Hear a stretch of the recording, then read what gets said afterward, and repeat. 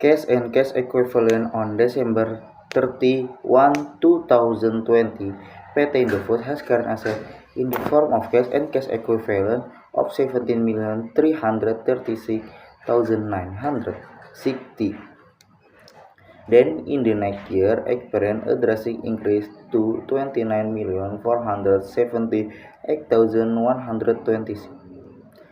Next, prepaid tax. Then the decrease also occurred in prepaid tax amounting to 121,823.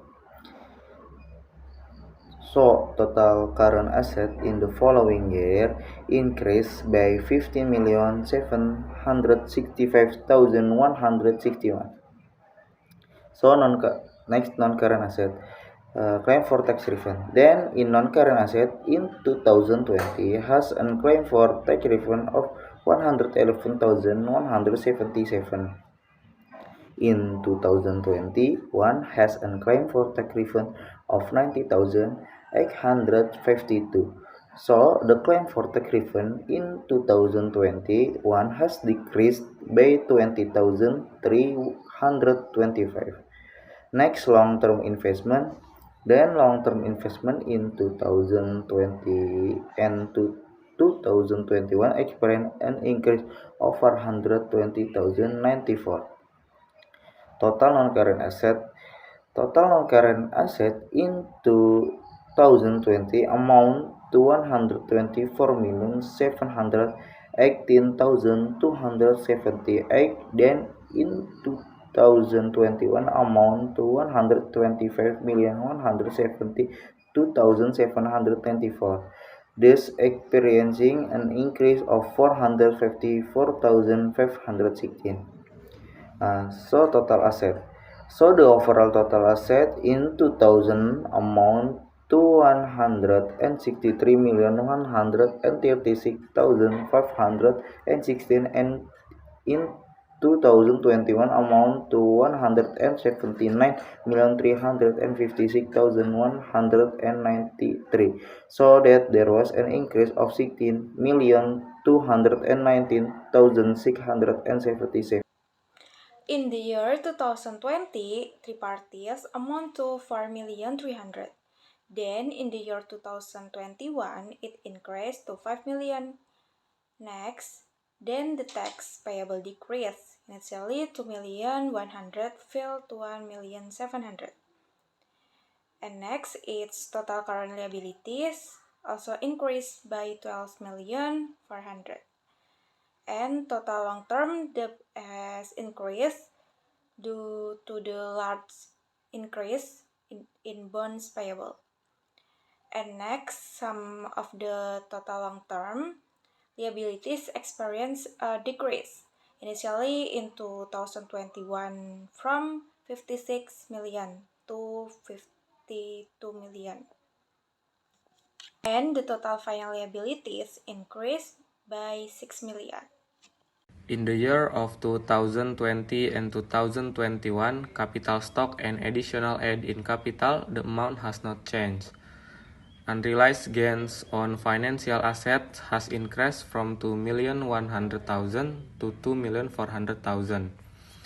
Then difference from change equity, subsidies and securities or transactions with non-controllers, the decline in interest decreased by 200,000. Next is part of retained earnings. Retained earnings have increased due to an appropriate increase of 5,700,000.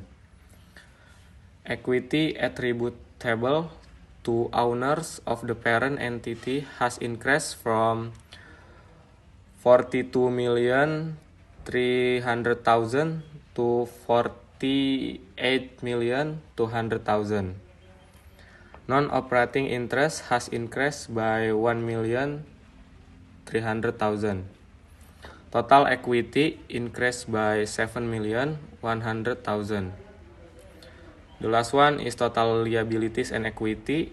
The total liabilities and equity increased by 16,200,000. Profit before tax.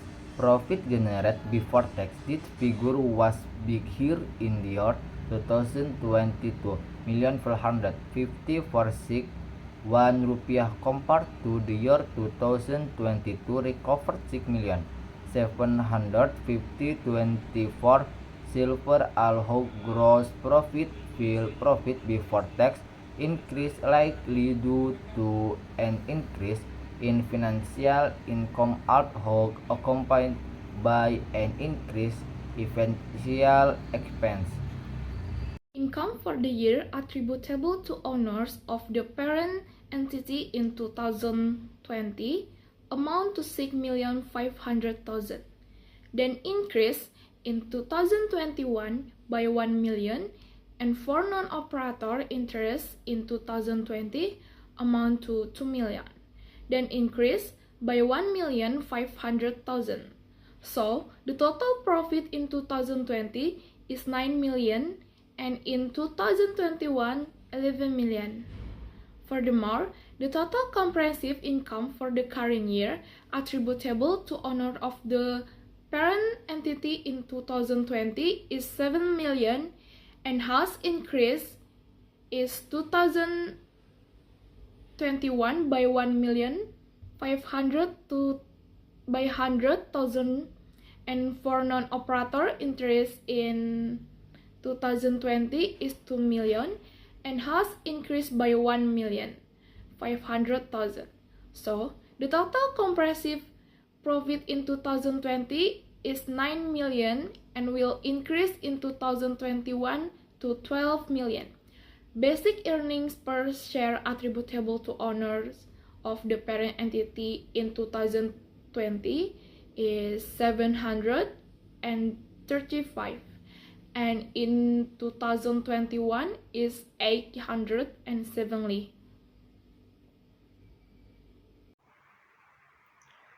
In the year 2019, total equity at 31 December is 54,202,488, and at 31 December 2020, total equity is 79,138,044, whereas for 31 December 2021, total equity is 86,632,111, which means that from 2019 to 2021 there will be an increased total equity.